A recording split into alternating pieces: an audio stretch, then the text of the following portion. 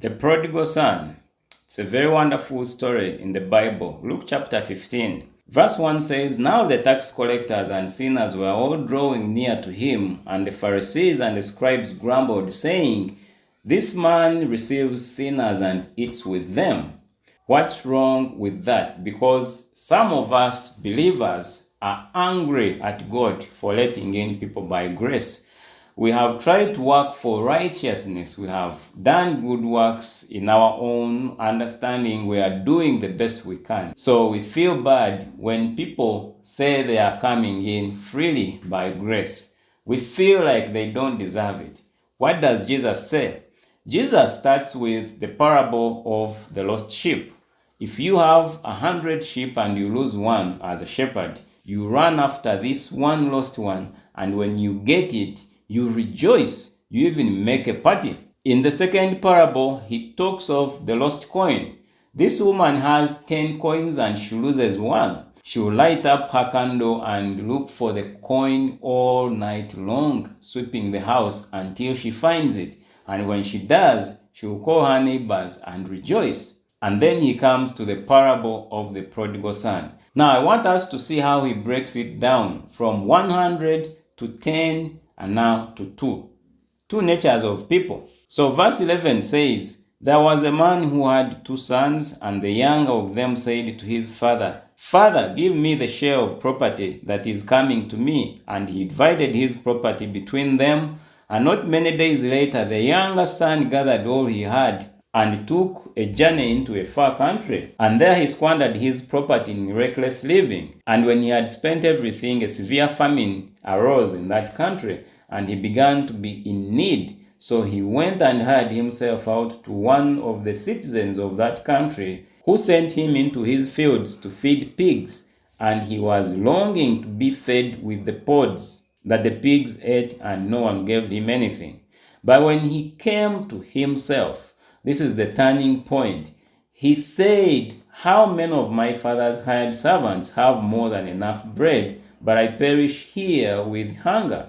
I will arise and go to my father, and I will say to him, Father, I have sinned against heaven and before you. I'm no longer worthy to be called your son.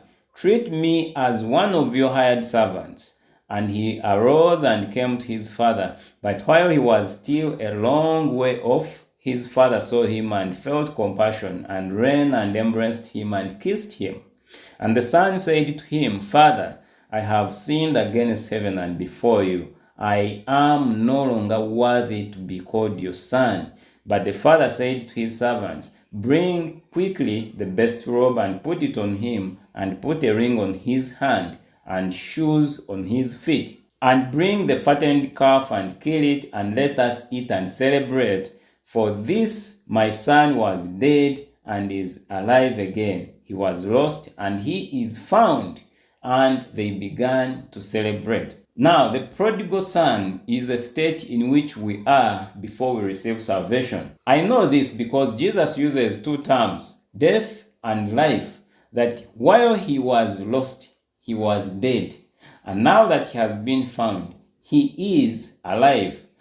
We make an error where we think that the prodigal state of this son is a normal state in the life of a believer. That somehow we can be children of God and wander away and then somehow come back later. But this is the state in which we are as children of Adam. This is the carnal man, like Adam, simply running away from God.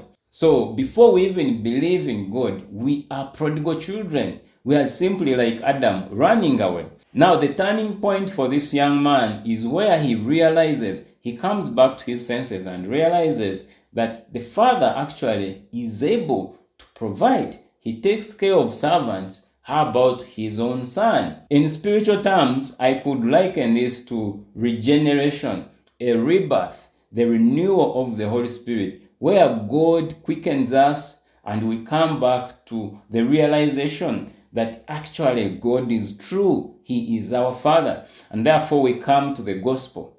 There we will have heard the voice of the Son of God calling us. That's the effectual call of God. And then we come with the faith that we can never lose. Since it is the Pharisees and the scribes who asked Jesus, Jesus is making an effort to explain how the love of the Father is unmerited. Grace is unmerited, so whoever is saved, whoever is welcomed or let in, does not deserve it. Jesus uses the younger son as the one who is lost to probably mean a Gentile, the one to whom the gospel, the good news, has come after it was brought to the older son. Now, verse 25 says, now his older son is in the field. The Pharisee and the scribe who is asking in verse 1 is here.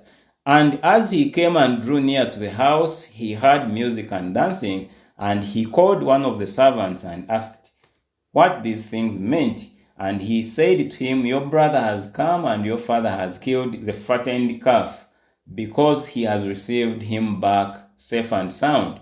And he was angry and refused to go in. His father came out and entreated him, but he answered his father, look, these many years I have served you, and I never disobeyed your command. Yet you never gave me a young goat, that I might celebrate with my friends.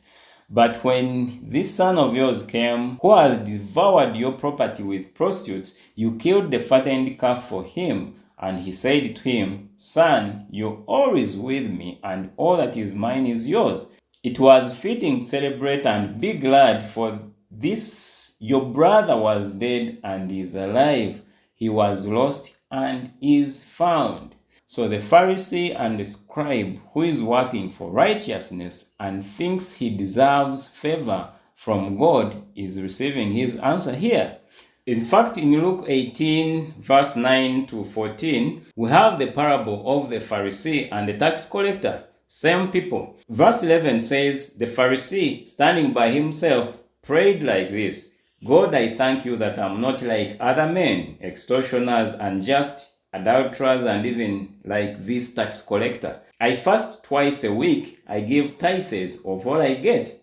But the tax collector, standing far off, would not even lift up his eyes to heaven, but beat his breast, saying, God, be merciful to me, a sinner.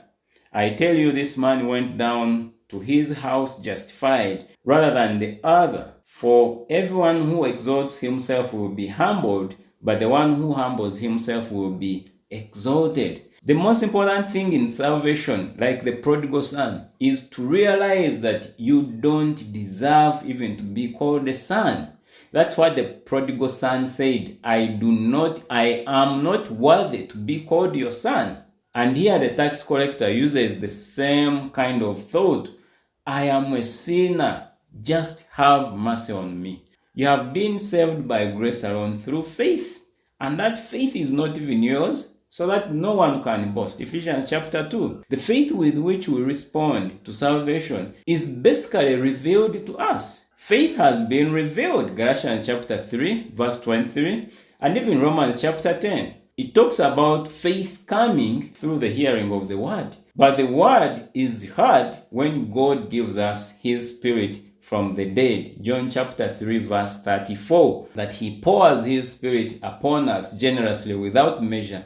And when we wake up from that spiritual death, we confess with a faith that we never lose. John chapter 3, verse 33. So the story of the prodigal son teaches us that simply salvation is a gift from God. The love of God, the grace of God are unmerited. We simply receive them because he is our Father and we are lost sinners, and it is up to him to let us in. Those who are working for salvation, those who think they are being justified by works, they are dead. Galatians chapter 5 verse 4 says it. You are severed from Christ, you who would be justified by the law.